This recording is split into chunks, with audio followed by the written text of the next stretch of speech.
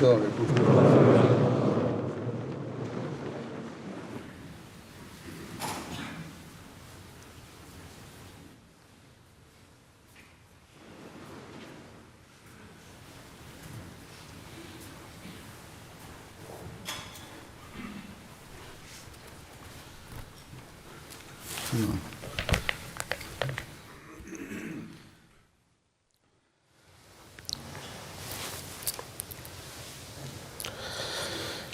اللہ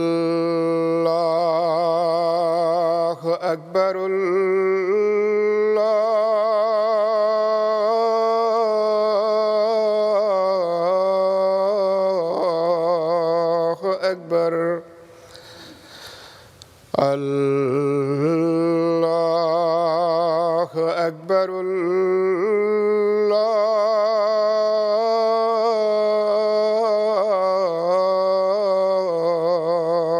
اکبر. أشهد أن لا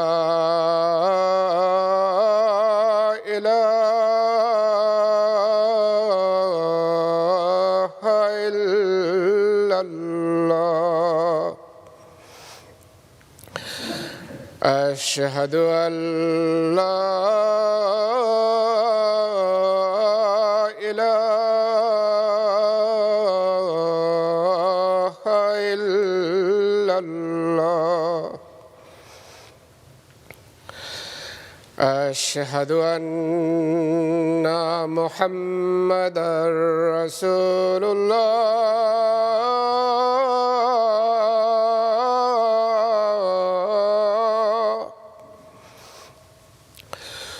أشهد أن محمدًا رسول الله.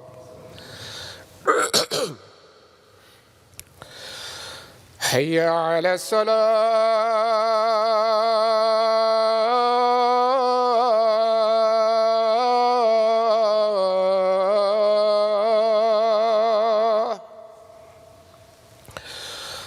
حي على الصلاة. حي على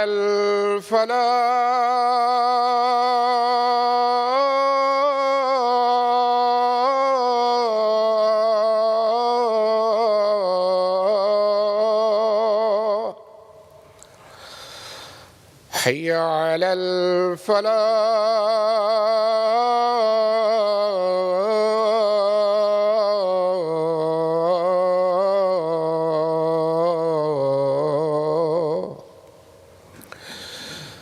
الله أكبر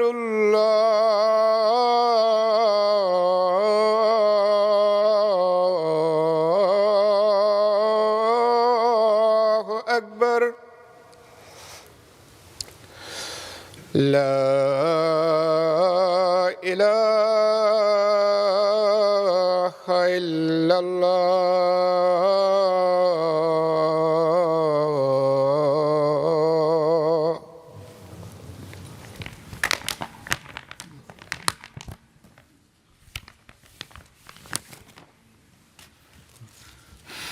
السلام علیکم ورحمۃ اللہ. أشهد أن لا إله إلا الله وحده لا شريك له وأشهد أن محمدًا عبده ورسوله. أما بعد فأعوذ بالله من الشيطان الرجيم. بسم الله الرحمن الرحيم. الحمد لله رب العالمين. الرحمن الرحيم. مالك يوم الدين. إياك نعبد وإياك نستعين. اهدنا الصراط المستقيم صراط الذين أنعمت عليهم غير المغضوب عليهم ولا الضالين.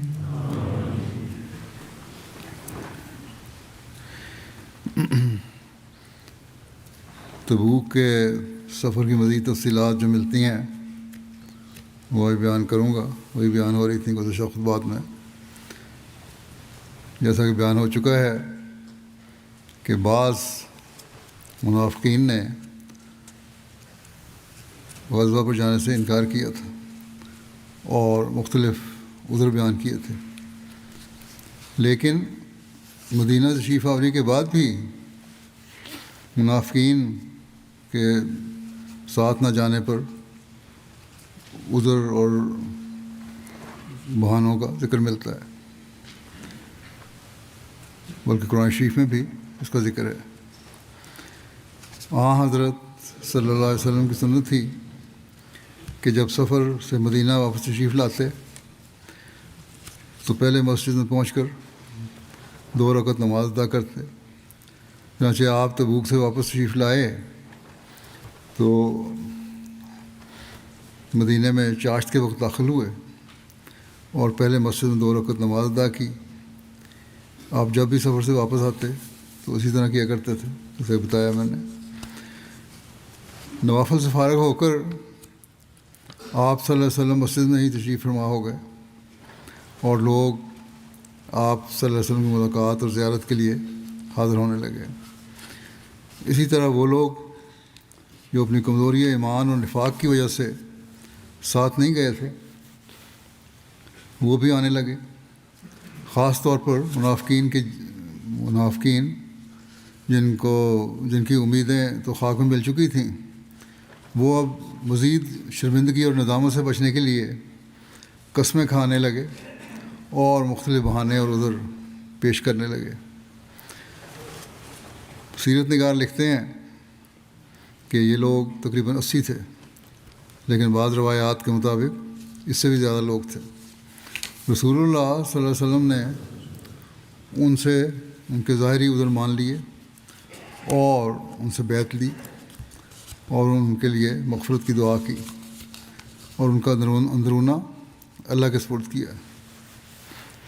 لیکن ان منافقین کا یہ جرم ناقابل معافی تھا، اس لیے اللہ تعالیٰ نے ان کے بارے میں نبی اکرم صلی اللہ علیہ وسلم کو بذریعہ وحی فرما دیا تھا کہ یہ ایسے ناپاک لوگ ہیں کہ خدا ان سے اب راضی نہیں ہوگا. چنانچہ ان لوگوں کی نسبت سورۃ توبہ میں اللہ تعالیٰ فرماتا ہے یعتذرون الیکم اذا رجعتم الیہم قل لا تعتذروا لن نؤمن لکم قد نبأنا اللہ من اخبارکم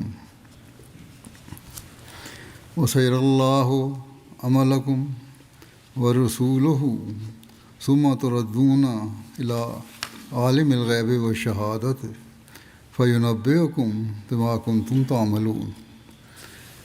سیحلفون باللہ لکم اذا انقلبتم الیہم لتعرضوا عنہم فاعرضوا عنہم انہم رجس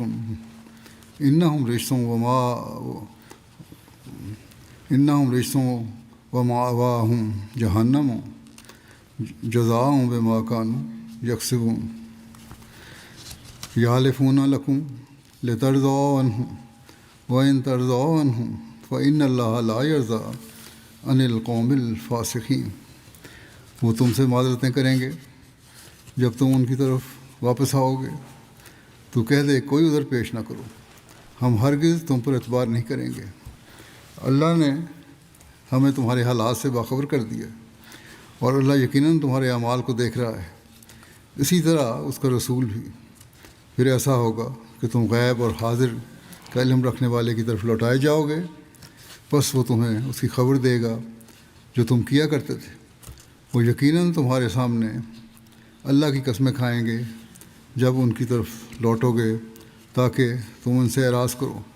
پس بے شک ان سے اعراض کرو، وہ بہرحال ناپاک ہیں اور ان کا ٹھکانہ جہنم ہے۔ اس کی جزا کے طور پر جو وہ کسب کرتے تھے وہ تمہارے سامنے قسمیں کھائیں گے تاکہ تم ان سے راضی ہو جاؤ۔ بس اگر تم ان سے راضی بھی ہو جاؤ تو اللہ بد کردار لوگوں سے ہرگز راضی نہیں ہوتا۔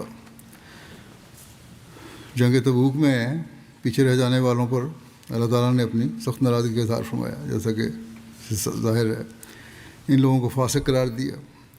نبی اکرم صلی اللہ علیہ وسلم کو ان کی نماز جنازہ پڑھنے اور قبر پر دعا کرنے سے منع فرما دیا، اور یہ پابندی بھی لگا دی کہ آئندہ وہ کسی تحریک میں حصہ نہ لیں گے اور نہ ہی کسی جنگ میں شامل ہوں گے۔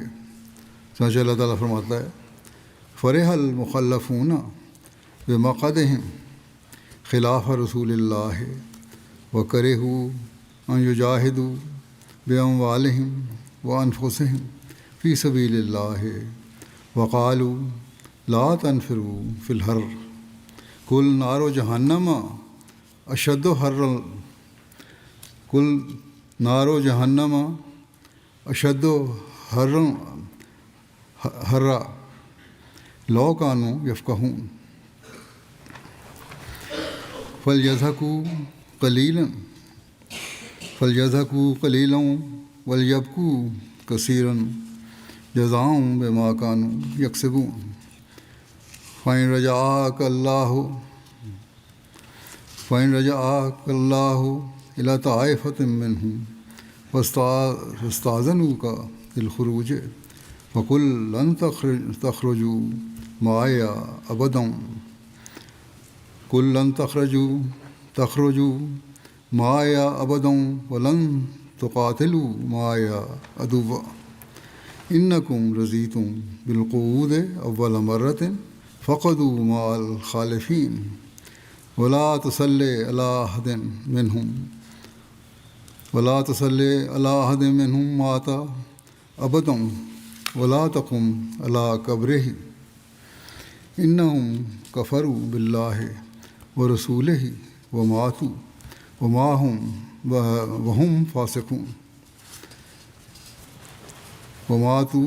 فاسقون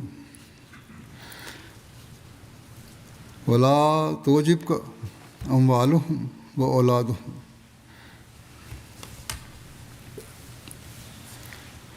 إنما يريد الله أن يعذبهم بها في الدنيا وتزهق أنفسهم وهم كافرون۔ پیچھے چھوڑ دیے جانے والے رسول اللہ کے برخلاف اپنے بیٹھ رہنے پر خوش ہو رہے ہیں، اور انہوں نے اپنا پسند کیا کہ اللہ کی راہ میں اپنے اموال اور اپنی جانوں کے ساتھ جہاد کریں، اور وہ کہتے تھے کہ سخت گرمی میں سفر پر نہ نکلو۔ تو کہہ دے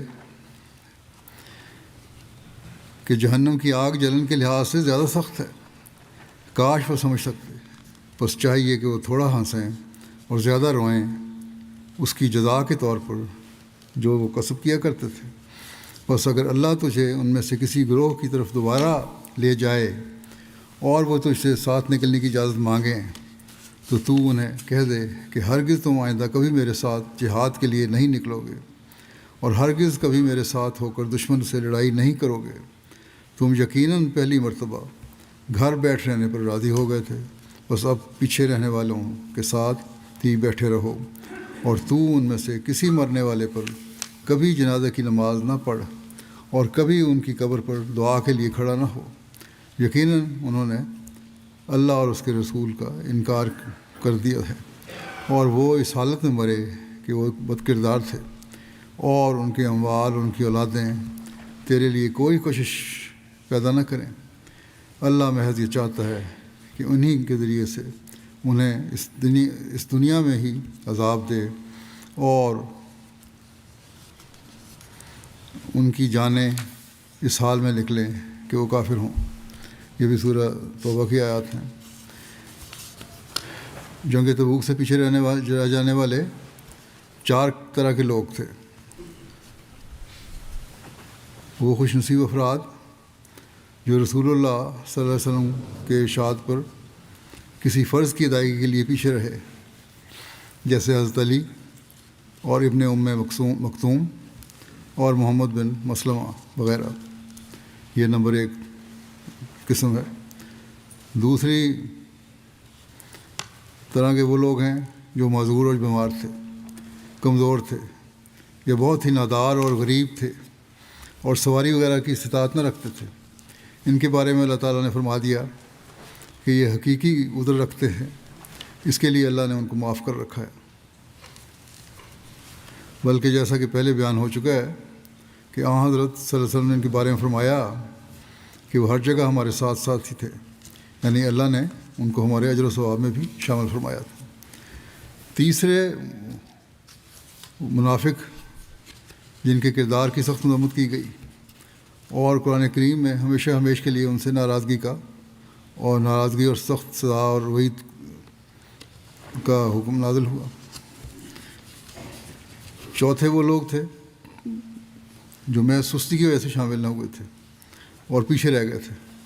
ان میں 3 اصحاب خاص طور پر قابل ذکر ہیں، اور وہ ہیں حضرت کعب بن مالک، حضرت مرارہ بن ربیع اور حضرت ہلال بن امیہ۔ ان 3 صحابہ کے بارے میں قرآن کریم میں یہ آیت نازل ہوئی کہ وَعَلَى الثَّلَاثَةِ الَّذِينَ خُلِّفُوا حَتَّىٰ إِذَا ضَاقَتْ عَلَيْهِمُ الْأَرْضُ بِمَا رَحُبَتْ وَضَاقَتْ عَلَيْهِمْ أَنفُسُهُمْ وَظَنُّوا أَن لَّا مَلْجَأَ مِنَ اللَّهِ إِلَّا إِلَيْهِ ثُمَّ تَابَ عَلَيْهِمْ لِيَتُوبُوا إِنَّ اللَّهَ هُوَ التَّوَّابُ الرَّحِيمُ۔ اور ان تینوں پر بھی اللہ توبہ قبول کرتے ہوئے جھکا جو پیچھے چھوڑ دیے گئے تھے، یہاں تک کہ جب زمین ان پر باوجود فراخی کے تنگ ہو گئی اور ان کی جانیں تنگی محسوس کرنے لگیں، اور انہوں نے سمجھ لیا کہ اللہ سے پناہ کی کوئی جگہ نہیں مگر اسی کی طرف، پھر وہ ان پر قبولیت کی طرف مائل ہوتے ہوئے جھک گیا تاکہ وہ توبہ کر سکیں۔ یقیناً اللہ ہی بار بار توبہ قبول کرنے والا اور بار بار رحم کرنے والا ہے۔ الثلاثۃ الذین خلفوا، یعنی وہ 3 جو پیچھے چھوڑ دیے گئے، ان کے واقعے کی تفصیل یوں بیان ہوئی ہے۔ بخاری کی ایک روایت ہے کہ حضرت کعب بن مالک نے خود یہ سارا واقعہ بیان کیا ہے۔ چنانچہ وہ بیان کرتے ہیں کہ میں رسول اللہ صلی اللہ علیہ وسلم سے کسی غزوے میں پیچھے نہیں رہا جو آپ نے کیا ہو، سوائے غزوہ تبوک کے۔ ہاں، غزوہ بدر میں بھی پیچھے رہ گیا تھا اور آپ نے کسی پر بھی ناراضگی کا اظہار نہیں کیا تھا جو اس جنگ سے پیچھے رہ گیا تھا۔ رسول اللہ صلی اللہ علیہ وسلم صرف قریش کے قافلے کو روکنے کے ارادے سے نکلے تھے، مگر نتیجہ یہ ہوا کہ اللہ نے بغیر اس کے کہ جنگ کی ٹھانی ہو ان کو دشمن سے ٹکرا دیا، اور میں رسول اللہ صلی اللہ علیہ وسلم کے ساتھ عقبہ کی رات میں بھی موجود تھا جب ہم نے اسلام پر قائم رہنے کا پختہ عہد و پیمان کیا تھا، اور میں نہیں چاہتا کہ اس رات کے عوض مجھے بدر میں شریک ہونے کی توفیق ملتی، اگرچہ وہ سمجھتے تھے کہ عقبہ کی جو وعدہ بیعت تھی وہ اس سے بڑی تھی، اگرچہ بدر لوگوں میں اس سے زیادہ مشہور ہے، اور میری حالت یہ تھی کہ میں کبھی بھی اتنا تنومند اور خوشحال نہیں تھا۔ اب تبوک کے واقعے کا ذکر کر رہے ہیں یہ، اس وقت جو میری حالت تھی بڑا خوشحال تھا، تنومند تھا، جتنا کہ اس وقت جب کہ آپ سے اس غزوے میں پیچھے رہ گیا، اس وقت جب کہ میں آپ سے اس غزوے میں پیچھے رہ گیا۔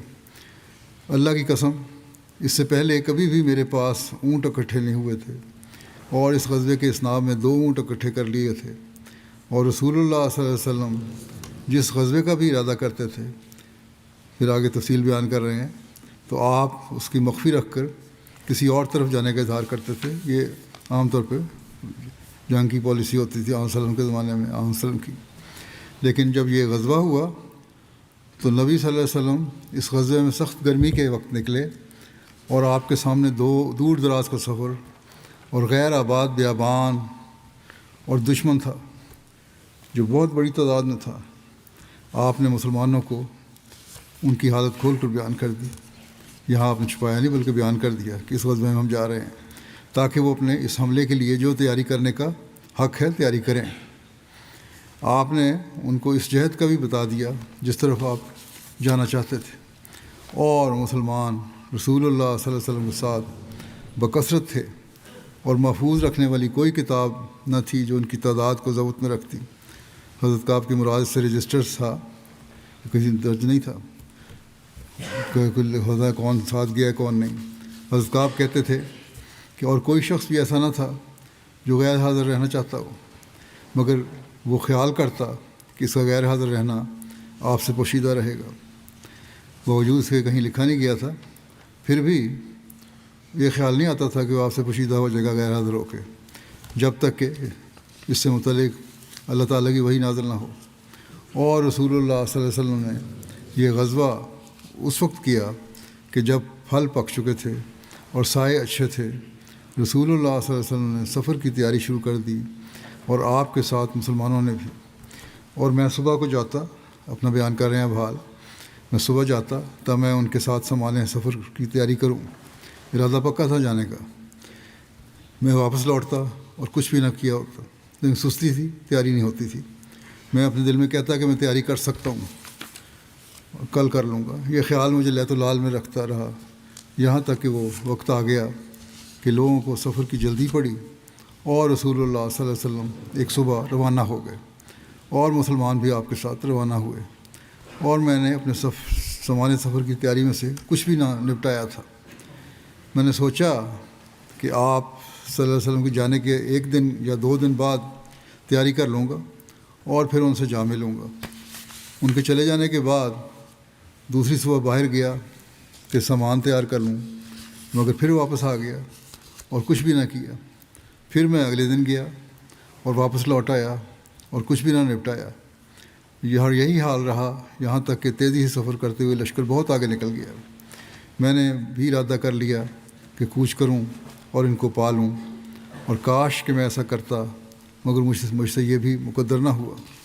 رسول اللہ صلی اللہ علیہ وسلم کے جانے کے بعد جب بھی میں لوگوں میں نکلتا اور ان میں چکر لگاتا تو مجھے یہ بات غمگین کر دیتی کہ میں ایسے ہی شخص کو دیکھتا جن پر نفاق کا عیب دھرا جاتا تھا، یا کمزوروں میں سے ایسا شخص جس کو اللہ نے معذور ٹھہرایا تھا۔ اور رسول اللہ صلی اللہ علیہ وسلم نے بھی مجھے اس وقت یاد کیا جب آپ تبوک میں پہنچے۔ آپ نے فرمایا، اور اس وقت آپ تبوک میں لوگوں کے ساتھ بیٹھے تھے، کہ کعب کہاں ہے؟ بنو سلمہ میں سے ایک شخص نے کہا، یا رسول اللہ صلی اللہ علیہ وسلم، اس کو اس کے دو چادروں نے اور اس کے اپنے دائیں بائیں مڑ کر دیکھنے نے روک رکھا ہے، یعنی شاید تکبر یا فخر کی وجہ سے نہیں آیا۔ حضرت معاذ بن جبل نے یہ سن کر کہا اس صحابی کی اس بات کو کہ کیا ہی بری بات ہے تم نے کہی ہے کعب کے متعلق؟ اللہ کی قسم یا رسول اللہ صلی اللہ علیہ وسلم، اس کے متعلق ہمیں اچھا ہی تجربہ ہے۔ رسول اللہ صلی اللہ علیہ وسلم یہ سن کر خاموش ہو گئے۔ حضرت کعب بن مالک کہتے تھے کہ جب مجھے یہ خبر پہنچی کہ آپ واپس آ رہے ہیں، مجھے فکر ہوئی اور میں جھوٹی باتیں سوچنے لگا کہ کس بات سے کل آپ کی ناراضگی سے بچ جاؤں، بہانہ بناؤں۔ اور اپنے گھر والوں میں ہر ایک اہل رائے سے میں نے اس بارے میں مشورہ لیا۔ جب یہ کہا گیا کہ رسول اللہ صلی اللہ علیہ وسلم آن پہنچے، میرے دل سے سارے جھوٹے خیالات کافور ہو گئے، اور میں نے سمجھ لیا کہ میں کبھی بھی آپ صلی اللہ علیہ وسلم کے غصے سے ایسی بات سے بچنے کا نہیں جس میں جھوٹ ہو۔ اس لیے میں نے آپ صلی اللہ علیہ وسلم سے سچ سچ بیان کرنے کی ٹھان لی، اور رسول اللہ صلی اللہ علیہ وسلم تشریف لے آئے۔ جب آپ کسی سفر سے آتے، پہلے مسجد میں جاتے، اس میں 2 رکعتیں پڑھتے، پھر لوگوں سے ملنے کے لیے بیٹھ جاتے۔ جب آپ نے یہ کیا تو پیچھے رہے ہوئے لوگ آپ کے پاس آ گئے اور لگے آپ سے معذرتیں کرنے اور قسمیں کھانے، اور ایسے لوگ 80 سے کچھ اوپر تھے۔ رسول اللہ صلی اللہ علیہ وسلم نے ان کے ظاہری عذر مان لیے اور ان سے بیعت لی اور ان کے لیے مغفرت کی دعا کی اور ان کا اندرونہ اللہ کے سپرد کیا۔ پھر آپ صلی اللہ علیہ وسلم میں آپ کے پاس آیا۔ جب میں نے آپ صلی اللہ علیہ وسلم کو سلام کیا تو آپ ناراض شخص کی طرح مسکرائے، مسکراہٹ تھی لیکن ناراضگی والی۔ پھر آپ نے فرمایا، آگے آؤ۔ میں چل کر آیا اور آپ کے سامنے بیٹھ گیا۔ آپ نے مجھے پوچھا کس بات نے تمہیں پیچھے رکھا ہے؟ کیا تم نے سواری نہیں خریدی تھی؟ میں نے کہا جی ہاں، اللہ کی قسم میں ایسا ہوں کہ اگر آپ کے سوا دنیا کے لوگوں میں سے کسی اور کے پاس بیٹھا ہوتا تو میں سمجھتا ہوں کہ میں ضرور ہی اس کی ناراضگی سے عذر کر کے بچ جاتا۔ مجھے خوش بیانی دی گئی ہے، مگر اللہ کی قسم میں خوب سمجھ چکا ہوں اگر میں نے آج آپ سے کوئی ایسی جھوٹی بات بیان کی جس سے آپ مجھ پر ناراضی ہو جائیں تو اللہ ان قریب مجھ پر آپ کو ناراض کر دے گا، اور اگر آپ سے سچی بات بیان کروں گا جس کی وجہ سے آپ مجھ پر ناراض ہوں تو میں اس میں اللہ کے عفو کی امید رکھتا ہوں۔ کہنے لگے کہ نہیں، اللہ کی قسم میرے لیے کوئی عذر نہیں تھا، اللہ کی قسم میں کبھی بھی ایسا تنومند اور آسودہ حال نہیں ہوا جتنا کہ اس وقت تھا جب آپ صلی اللہ علیہ وسلم سے پیچھے رہ گیا تھا۔ رسول اللہ صلی اللہ علیہ وسلم نے یہ سن کر فرمایا اس نے تو سچ بیان کر دیا ہے، اٹھو جاؤ یہاں تک کہ اللہ تمہارے متعلق کوئی فیصلہ کرے۔ آپ نے کہا سچ تو بول دیا تم نے، لیکن اب یہاں سے جاؤ، اب اللہ تمہارے متعلق فیصلہ کرے گا کہ تمہارے سے کیا سلوک کرنا ہے۔ میں اٹھ کر چلا گیا اور بنو سلمہ میں سے بعض لوگ بھی اٹھ کر میرے پیچھے ہو لیے۔ انہوں نے مجھ سے کہا کہ اللہ کی قسم ہمیں علم نہیں کہ تم نے اس سے پہلے کوئی قصور کیا ہو، اور تم یہ بھی نہ کر سکے کہ رسول اللہ صلی اللہ علیہ وسلم کے پاس کوئی بہانہ ہی بناتے، جب کہ ان پیچھے رہنے والوں نے آپ کے سامنے بنائے ہیں۔ رسول اللہ صلی اللہ علیہ وسلم کا تمہارے لیے مغفرت کی دعا کر دینا ہی تمہارے اس گناہ کو بخشانے کے لیے کافی تھا۔ اللہ کی قسم یہ لوگ مجھے ملامت ہی کرتے رہے، یہاں تک کہ میں نے بھی ارادہ کر لیا، کہتے میری نیت بدل گئی پھر کہ لوٹ جاؤں اور اپنے آپ کو جھٹلا دوں کہ پہلے جو میں نے بات کی تھی غلط کی تھی، بہانہ بنا لوں کوئی آنسروں کے سامنے۔ پھر میں نے ان سے پوچھا، ان ساتھیوں سے جو مجھے کہہ رہے تھے کہ جاؤ معافی مانگو کہ اور ادھر پیش کر دو، کہ میں نے پھر ان سے پوچھا کہ کیا کوئی میرے ساتھ اور بھی ہے جس نے آپ سے اس قسم کا اقرار کیا ہو، جو سچی بات بیان کی ہو؟ انہوں نے کہا ہاں 2 اور شخص ہیں، انہوں نے وہی کہا ہے جو تم نے کہا ہے، اور ان کو بھی وہی جواب ملا ہے جو تمہیں دیا گیا ہے۔ میں نے کہا وہ کون ہیں؟ کہنے لگا مرارہ بن ربیع عمری اور ہلال بن امیہ واقفی۔ انہوں نے مجھ سے ایسے 2 نیک آدمیوں کا ذکر کیا جو بدر میں شریک ہو چکے تھے۔ ان دونوں میں میرے لیے نمونہ تھا۔ جب لوگوں نے ان دونوں کا مجھ سے ذکر کیا تو میں چلا گیا، اور رسول اللہ صلی اللہ علیہ وسلم نے مسلمانوں کو ہم سے بات چیت کرنے سے منع کر دیا۔ یعنی پھر میں نے واپس نہیں گیا بہانہ بنانے کے لیے، بلکہ میں چلا گیا گھر۔ وہاں سے انہوں نے لوگوں سے مقاطع کروا دیا ہمارا، یعنی ان میں سے جو ان لوگوں میں سے تھے جو آپ سے پیچھے رہ گئے تھے، لوگ کترانے لگے گویا کہ ہم سے بالکل ناآشنا ہے، یہاں تک کہ یہ زمین بھی مجھے اوپری نظر آنے لگی، وہ نہ تھی جس کو میں جانتا تھا۔ ہم اس حالت میں 50 راتیں رہے۔ میرے جو ساتھی تھے وہ تو غمزدہ ہو کر گھروں میں رہ گئے اور اپنے گھروں میں بیٹھ کر رونے لگے، اور میں ان لوگوں میں سے زیادہ جوان تھا اور ان لوگوں سے مصیبت کو زیادہ برداشت کرنے والا تھا۔ میں باہر نکلتا اور مسلمانوں کے ساتھ نمازوں میں شریک ہوتا اور بازاروں میں پھرتا، مگر مجھ سے کوئی بات نہ کرتا، اور رسول اللہ صلی اللہ علیہ وسلم کے پاس بھی جاتا، آپ کو السلام علیکم کہتا، جب کہ آپ نماز کے بعد اپنی جگہ بیٹھے ہوتے۔ اپنے دل میں کہتا ہے کہ کیا آپ نے مجھے السلام کا جواب دینے میں اپنے ہونٹ ہلائے یا نہیں، کنکھیوں سے دیکھتے، اور آپ کے قریب ہو کر نماز پڑھتا اور نظر چرا کر آپ کو دیکھتا، اور جب میں نماز پڑھنے لگتا آپ میری طرف دیکھتے، اور جب میں آپ کی طرف توجہ کرتا تو آپ مجھ سے منہ پھیر لیتے، یہاں تک کہ لوگوں کی یہ درشتی دیر تک رہنے سے مجھ پر 2 بھر ہو گئی۔ تو میں چلا گیا اور ابو قتادہ کے باغ کی دیوار پر چڑھ گیا، یہ میرے چچا کے بیٹے تھے، یعنی کہ اس کے باغ میں چلا گیا، اور مجھے تمام لوگوں سے زیادہ پیارے تھے۔ چھپ کے گیا بجائے ظاہری دروازے سے جانے کے۔ کہتے ہیں میں نے ان کو السلام علیکم کہا، اللہ کی قسم انہوں نے سلام کا جواب تک نہ دیا۔ میں نے کہا ابو قتادہ، میں تم سے اللہ کی قسم دے کر پوچھتا ہوں، کیا تم جانتے ہو کہ میں اللہ اور اس کے رسول سے محبت رکھتا ہوں؟ وہ خاموش رہے۔ پھر ان سے پوچھا اور ان کو قسم دی، مگر وہ خاموش رہے۔ پھر ان سے پوچھا اور ان کو قسم دی تو انہوں نے کہا اللہ اور اس کا رسول بہتر جانتے ہیں۔ یہ سن کر میری آنکھوں سے آنسو جاری ہو گئے۔ میں نے پیٹھ موڑ کر دیوار پھاندی اور وہاں سے چلا آیا۔ حضرت کعب کہتے ہیں کہ اس اثناء میں کہ میں مدینہ کے بازار میں چلا جا رہا تھا، کیا دیکھتا ہوں کہ اہل شام کے نبتیوں سے ایک نبتی جو مدینہ میں غلہ لے کر بیچنے کے لیے آئے تھے کہہ رہا تھا کہ کعب بن مالک کا کون بتائے گا؟ یہ سن کر لوگ اس کو اشارے سے بتانے لگے۔ جب وہ میرے پاس آیا تو اس نے غسان کے بادشاہ کی طرف سے ایک خط مجھے دیا۔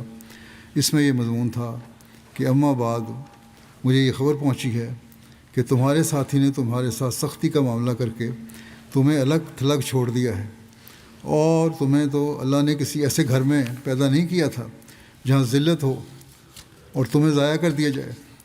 تم ہم سے آ کر ملو، ہم تمہاری خاطر مدارت کریں گے۔ جب میں نے یہ خط پڑھا میں نے کہا یہ خط ایک اور آزمائش ہے، پہلے ایک آزمائش سے گزرا ہوں تو یہ خط لالچ کے طور پہ مجھے دیا گیا بادشاہ کی طرف سے، یہ اور آزمائش آ گئی۔ کہتے ہیں میں خط لے کر ایک تنور کی طرف گیا، آگ جل رہی تھی اس میں، اور اس میں اس خط کو پھینک دیا۔ جب 50 راتوں میں سے 40 راتیں گزریں، کیا دیکھتا ہوں کہ رسول اللہ صلی اللہ علیہ وسلم کو پیغام لانے والا میرے پاس آ رہا ہے۔ اس نے کہا رسول اللہ صلی اللہ علیہ وسلم تم سے فرماتے ہیں کہ اپنی بیوی سے الگ ہو جاؤ۔ میں نے پوچھا کیا میں اسے طلاق دے دوں یا کیا کروں؟ اس نے کہا اس سے الگ رہو اور اس کے قریب نہ جاؤ۔ آپ نے میرے دونوں ساتھیوں کو بھی ایسا ہی کہلا بھیجا۔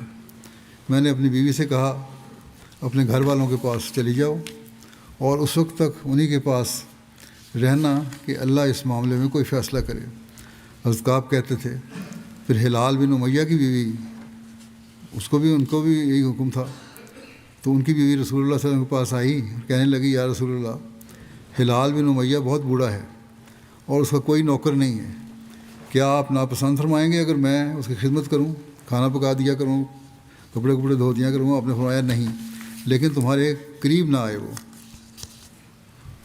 بس اتنی خدمت ہی کر سکتی ہو۔ کہنے لگی اللہ کی قسم اس کو تو کسی بات کی تحریک نہیں ہوتی، اللہ کی قسم وہ اس دن سے آج تک رو رہا ہے جب سے اس کے ساتھ یہ معاملہ ہوا ہے۔ کہتے ہیں کہ میرے بعض رشتہ داروں نے مجھ سے کہا کہ اگر تم بھی رسول اللہ صلی اللہ علیہ وسلم سے اپنی بیوی کے پاس کے متعلق ایسی اجازت لے لو کہ وہ تمہاری خدمت کر دیا کرے جیسا کہ آپ نے ہلال بن امیہ کی بیوی کو اس کی خدمت کرنے کی اجازت دی ہے۔ میں نے کہا اللہ کی قسم میں تو رسول اللہ صلی اللہ علیہ وسلم سے کبھی اس بارے میں اجازت نہیں لوں گا، اور مجھے کیا معلوم رسول اللہ صلی اللہ علیہ وسلم مجھے اس بارے میں کیا جواب دیں، اور میں جوان آدمی ہوں، وہ بوڑھے تھے میں تو جوان ہوں۔ اس کے بعد میں 10 راتیں اور ٹھہرا رہا، یہاں تک کہ ہمارے لیے 50 راتیں اس وقت سے پوری ہوئیں کہ جب رسول اللہ صلی اللہ علیہ وسلم نے ہمارے ساتھ بات چیت کرنے سے منع کیا تھا۔ جب مکاتبے کو 50 دن گزر گئے، جب 50ویں رات کی صبح کو نماز فجر پڑھ چکا اور میں اس وقت اپنے گھروں میں سے ایک گھر کی چھت پر تھا، اور میں اسی حالت میں بیٹھا ہوا تھا جس کا اللہ نے ذکر کیا ہے، یعنی مجھ پر میری جان تنگ ہو چکی تھی اور مجھ پر زمین بھی باوجود کشادہ ہونے کے تنگ ہو گئی تھی۔ اس اثناء میں میں نے ایک پکارنے والے کی آواز سنی جو صلا پہاڑ پر چڑھ کر بلند آواز سے پکار رہا تھا، اے کعب بن مالک تمہیں بشارت ہو۔ میں یہ سن کر سجدے میں گر پڑا اور سمجھ گیا کہ مصیبت دور ہو گئی، اور رسول اللہ صلی اللہ علیہ وسلم نے جب آپ فجر کی نماز پڑھ چکے اعلان فرمایا کہ اللہ نے مہربانی کر کے ہماری غلطی کو معاف کر دیا ہے۔ یہ سن کر سب لوگ ہمیں خوشخبری دینے لگے، اور میرے دونوں ساتھیوں کی طرف بھی خوشخبری دینے والے گئے، اور ایک شخص میرے پاس گھوڑا بھگاتے ہوئے آیا، اور اسلم قبیلہ کا ایک شخص دوڑا آیا اور پہاڑ پر چڑھ گیا، اور اس کی آواز گھوڑے سے زیادہ جلدی پہنچنے والی تھی۔ یعنی وہ ایک تو گھوڑے پر آیا تھا، انہوں نے کہا اس نے یہ طریقہ اختیار کیا کہ پہاڑی پر چڑھ کے اونچی آواز میں اعلان کر دیا۔ جب وہ شخص میرے پاس بشارت دینے آیا جس کی آواز میں نے سنی تھی، تو میں نے اس کے لیے اپنے دونوں کپڑے اتارے اور اس کو پہنائے، اس لیے کہ اس نے مجھے بشارت دی تھی۔ کہتے ہیں کہ اللہ کی قسم اس وقت ان کے سوا میرے پاس اور کچھ بھی نہیں تھا، اور میں نے 2 اور کپڑے عاریتاً کسی سے لیے اور انہیں پہنا اور رسول اللہ صلی اللہ علیہ وسلم کے پاس چلا گیا، اور لوگ مجھے فوج در فوج ملتے اور توبہ کی قبولیت کی وجہ سے مجھے مبارکباد دیتے تھے۔ کہتے تھے کہ تمہیں مبارک ہو جو اللہ نے تم پر رحم کر کے توبہ قبول کی۔ حضرت کعب کہتے تھے آخر میں مسجد میں پہنچا، کیا دیکھتا ہوں کہ رسول اللہ صلی اللہ علیہ وسلم بیٹھے ہیں، آپ کے ارد گرد لوگ ہیں۔ حضرت طلحہ بن عبید اللہ مجھے دیکھ کر میرے پاس دوڑے آئے اور مجھ سے مصافحہ کیا اور مبارک دی۔ مہاجرین میں سے اس کے سوا بخدا کوئی شخص بھی میرے پاس اٹھ کر نہیں آیا، اور طلحہ کی یہ بات میں کبھی بھی نہیں بھولوں گا۔ اور حضرت کعب کہتے تھے کہ جب میں نے رسول اللہ صلی اللہ علیہ وسلم کو السلام علیکم کہا تو رسول اللہ صلی اللہ علیہ وسلم نے فرمایا، اور آپ کا چہرہ خوشی سے چمک رہا تھا، کہ تمہیں بشارت ہو نہایت ہی اچھے دن کی، ان دنوں میں سے جب سے تمہاری ماں نے تمہیں جنا تم پر گزرے ہیں۔ کہتے تھے میں نے پوچھا یا رسول اللہ صلی اللہ علیہ وسلم، کیا یہ بشارت آپ کی طرف سے ہے یا اللہ کی طرف سے؟ آپ نے فرمایا نہیں، بلکہ اللہ کی طرف سے۔ رسول اللہ صلی اللہ علیہ وسلم جب خوش ہوتے تو آپ کا چہرہ ایسا روشن ہو جاتا کہ گویا وہ چاند کا ٹکڑا ہے، اور ہم اس سے آپ کی خوشی پہچان لیا کرتے تھے۔ جب میں آپ کے سامنے بیٹھ گیا میں نے کہا یا رسول اللہ صلی اللہ علیہ وسلم، میں اس توبہ کے قبول ہونے کے عوض اپنی جائیداد سے دستبردار ہوتا ہوں جو اللہ اور اس کے رسول کی خاطر صدقہ ہوگی۔ رسول اللہ صلی اللہ علیہ وسلم نے فرمایا اپنی جائیداد میں سے کچھ اپنے لیے بھی رکھو کیونکہ یہ تمہارے لیے بہتر ہے۔ میں نے کہا اپنا وہ حصہ رکھ لیتا ہوں جو خیبر میں ہے۔ میں نے کہا یا رسول اللہ، اللہ نے مجھے صدق کی وجہ سے نجات دی، اور میری توبہ میں سے یہ بھی ہے کہ میں ہمیشہ سچ ہی بولا کروں گا جب تک کہ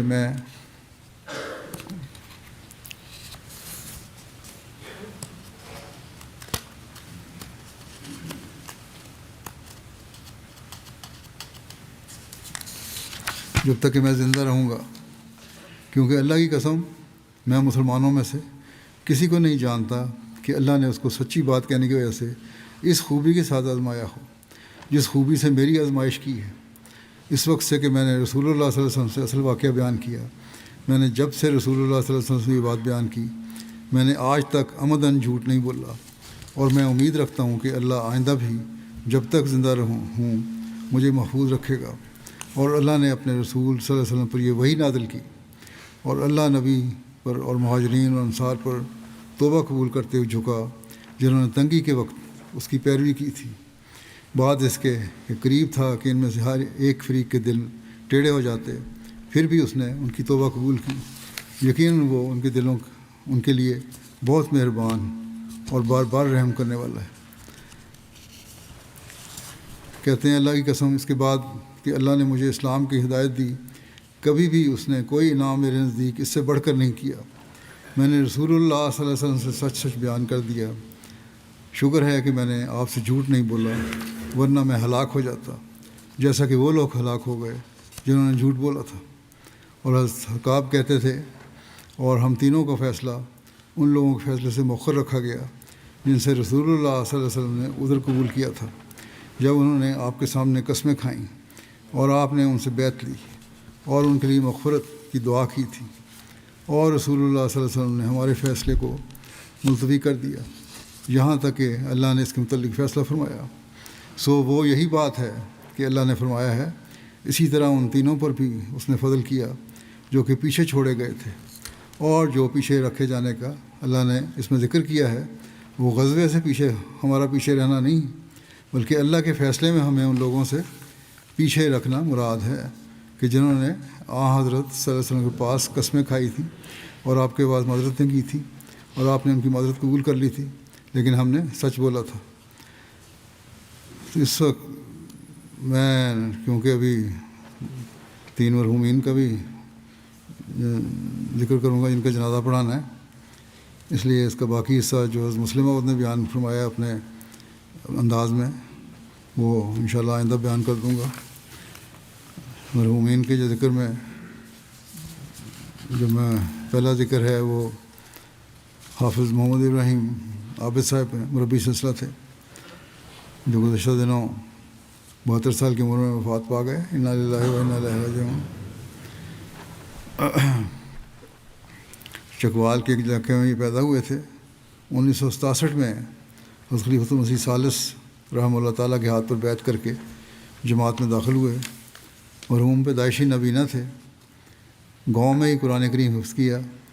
1967 میں جامعہ احمدیہ میں داخل ہوئے اور 1977 میں جامعہ سے شاہد کی ڈگری کے ساتھ عربی فاضل کا امتحان بھی پاس کیا.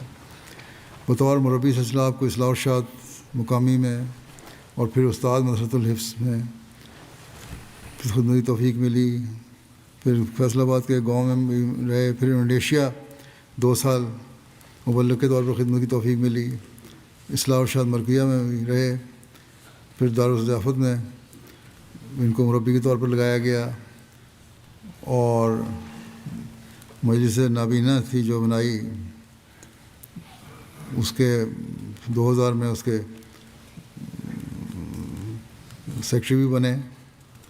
خلافت لائبریری میں خدمات انجام دینے کی توفیق ملی ان کو.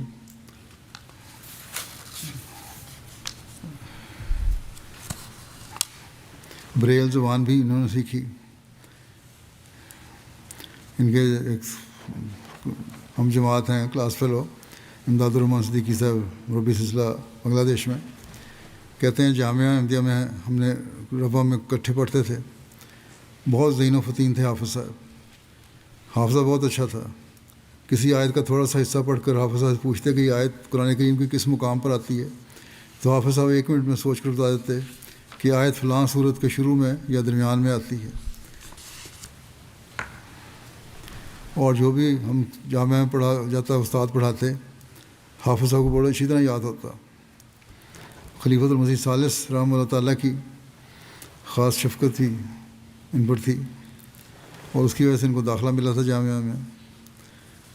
انہوں نے کوئی اسکول کی تعلیم حاصل نہیں کی تھی لیکن پھر بھی جامعہ میں بڑا اچھی تعلیم حاصل کی. جب بھی کوئی مسئلہ درپیش ہوتا اس خلیفۃ المسیح ثالث کے پاس یہ فوراً پہنچ جاتے اور ان سے رہنمائی لیتے. اور خلیفۃ المسیح ثالث کی بھی حافظ صاحب پر بہت شفقتیں تھیں. اسی طرح حنیف محمود صاحب نے بھی ان کے بارے میں کافی کچھ لکھا ہے. کچھ بیان کرتا ہوں. کہتے ہیں کہ ایک مرتبہ کہ میں 7.5 سال بعد افریقہ سے واپس آیا تو میں نے ان کا ہاتھ پکڑ کر زور سے دبایا مگر میں نے کچھ بولا نہیں. حافظ صاحب نے فوراً پہچان لیا اور میرا نام لے کے کہا کب آئے ہو.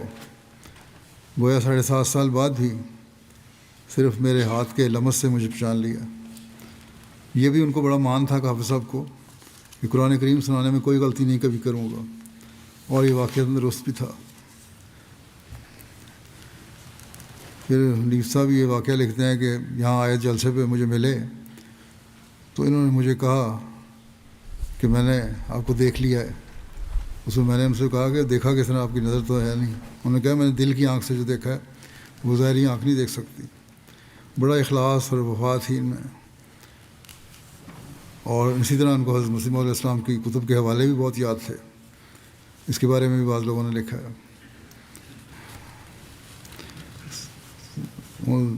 تقریباً 47 سال تک ان کو خدمت سلسلہ کی توفیق ملی.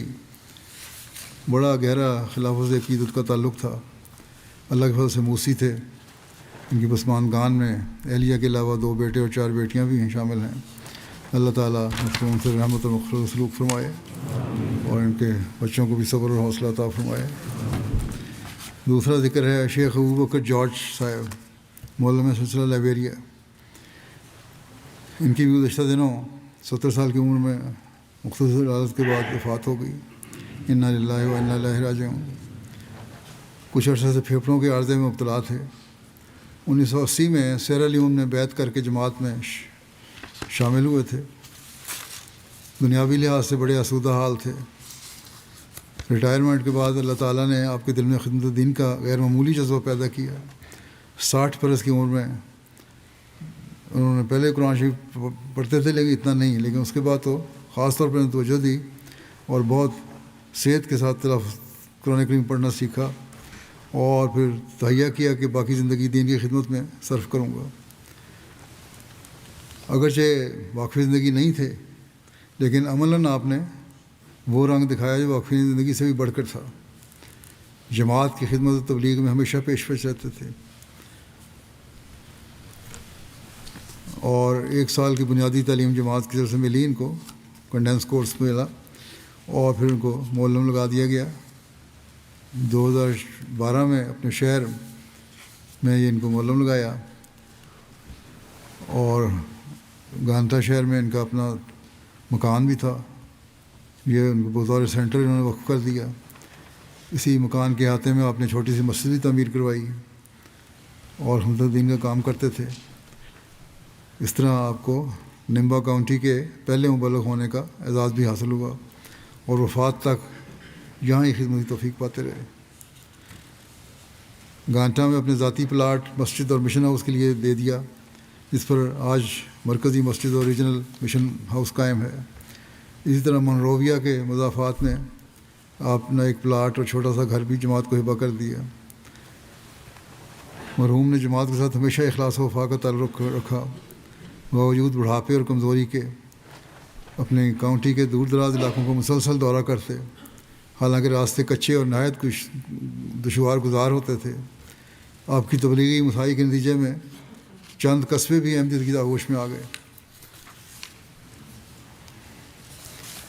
آپ صوم و صلات اور تلاوت قرآن کریم کے پابند تھے، چندہ جات میں باقاعدہ تھے، غرباء کا خیال رکھنے والے تھے، مالی قربانی میں بڑھ چڑھ کر حصہ لینے والے تھے، نیک اور مخلص انسان تھے، اللہ تعالیٰ کے فضل سے موسی تھے۔ وفات پر وصیت کا حساب کیا گیا تو تقریباً 4 لاکھ لیبرین ڈالر کی رقم اضافہ فاضلہ تھی ان کے ذمہ۔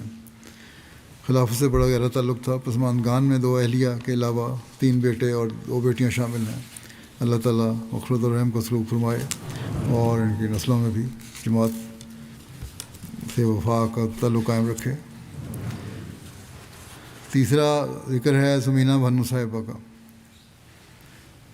جو ڈاکٹر فضل محمود بھنو صاحب لائبیریا کی اہلیہ تھی۔ یہ بھی گزشتہ دنوں ان کی وفات ہوئی ہے۔ انا للہ و انا الیہ راجعون۔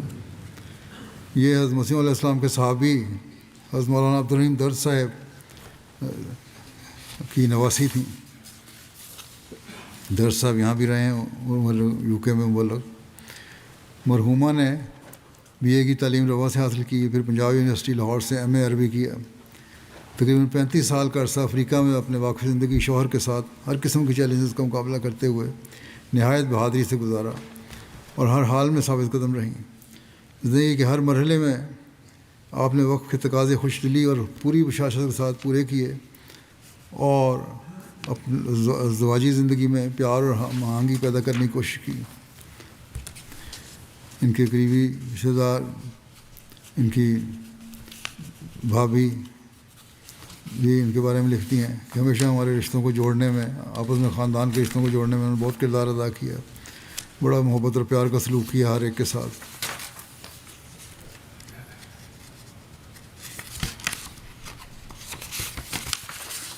عبدالغنی جہانگیر صاحب انچارج فرینچ ڈیسک لکھتے ہیں، کیونکہ ان کے سمینہ صاحبہ کے خاوند فرانس سے تھے اور ان کا تعلق تھا جہانگیر صاحب سے، اس وجہ سے ان سے تعلق بھی تھا، ان کی والدہ سے تعلق تھا ان کا سمینہ صاحبہ کا۔ کہتے ہیں کہ میں نے ایک بار مرحومہ سے پوچھا کہ کیا ڈاکٹر صاحب کے ریٹائرمنٹ کے بعد آپ پاکستان واپس جانا پسند کریں گے یا ماریشس، کیونکہ سسرال تو ماریشس کا ہے؟ تو انہوں نے کہا نہیں، میں افریقی بن گئی ہوں، نہ پاکستان نہ ماریشس، مجھے افریقہ پسند ہے اور میں ہمیشہ کے لیے یہاں رہنا چاہتی ہوں۔ فرانسیسی بولنے والے ممالک میں رہنے کی وجہ سے مرحومہ کو فرانسیسی زبان پر عبور ہو گیا تھا۔ کہتے ہیں کہ ایک بار مرحومہ کی ساس صاحبہ نے مجھے بتایا کہ سمینہ میری سب سے پسندیدہ بہو ہے، اس لیے کہ وہ قناعت کرتی ہے اور کبھی شکوہ نہیں کیا، حالانکہ ڈاکٹر کچھ بہتر حالات میں بھی ہوتے ہیں، اس کے باوجود بعض جگہ ابتدا ہوتی ہے جب ڈاکٹروں کی، تو وہاں ان کی آمد بہت کم ہوتی ہے اور معمولی رقم میں گزارا کرنا پڑتا ہے، لیکن بڑے صبر سے، حوصلے سے انہوں نے خامد کا ساتھ دیا اور گزارا کیا۔ ان کے خامد نے بھی بڑی وفا سے وقت نبھایا۔ تو فاس نے جو واقعہ بیان کیا، کہتی ہیں کہ اسکول سے بیٹی آئی اور وہ بیٹی بھی ڈاکٹر بن چکی ہے اور وقف ہے اور اسپتال میں خدمت انجام دے رہی ہے، انیلا نام ہے ان کا۔ تو بہرحال جب اسکول سے آئی تو اسکول کا بیگ جو تھا وہ پھٹا ہوا تھا، تو بجائے اس کے کہ نیا بیگ خرید کے دے، مرحومہ نے اپنی بیٹی کو کہا کہ اس کو میں ٹھیک کر دیتی ہوں، اور خود اپنے ہاتھ سے سلائی کر کے اسے ٹھیک کیا۔ مرحومہ انتہائی سادہ، 5 وقتہ نمازوں کی پابند، مل نثار، بہت ہمدرد، شفیق، ہر ایک کا خیال رکھنے والی، دعا گو، صابرہ شاکرہ، مہمان نواز، نہایت با کردار اور عری پر خاتون تھیں۔ شروع میں جو مربیان وہاں جاتے رہے ہیں بورکینا فاسو، انہوں نے مجھے لکھا کہ ہم جاتے تھے تو ہمارا بڑا خیال رکھتی تھیں، اور ہمارے جو اکیلے تھے ہم کھانا پینے کا بھی ہمیشہ خیال رکھتی۔ خلافت کے ساتھ عشقیت تک پیار تھا۔ مرحومہ اللہ کے فضل سے موسیہ تھیں۔ عثمان گان میں خاوند کے علاوہ ایک بیٹی شامل ہیں۔ ان کے بھائی ہیں ڈاکٹر محمود عاطف صاحب فضل احمد اسپتال ربا میں، اور ایک بھائی مربی سلسلہ ہیں حامد مقصود عاطف صاحب۔ اللہ تعالیٰ مرحوموں سے مغفرت و رحم کا سلوک فرمایا، یاد بلند کرے۔ ان سب کے جیسا کہ میں نے کہا نماز کے بعد جنازہ غائب پڑھاؤں گا۔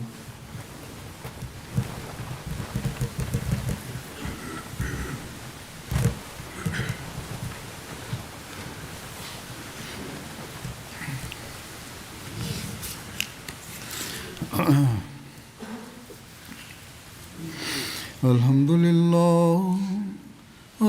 لله نحمده ونستعينه ونستغفره ونؤمن به ونتوكل عليه ونعوذ بالله من شرور أنفسنا ومن سيئات أعمالنا من يهده الله فلا مضل له ومن يضلل فلا هادي له ونشهد أن لا إله إلا الله ونشهد أن محمدا عبده ورسوله عباد الله رحمكم الله إن الله يأمر بالعدل والإحسان وإيتاء ذي القربى وينهى عن الفحشاء والمنكر والبغي يعظكم لعلكم تذكرون اذكروا الله يذكركم وادعوه يستجب لكم ولذكر الله أكبر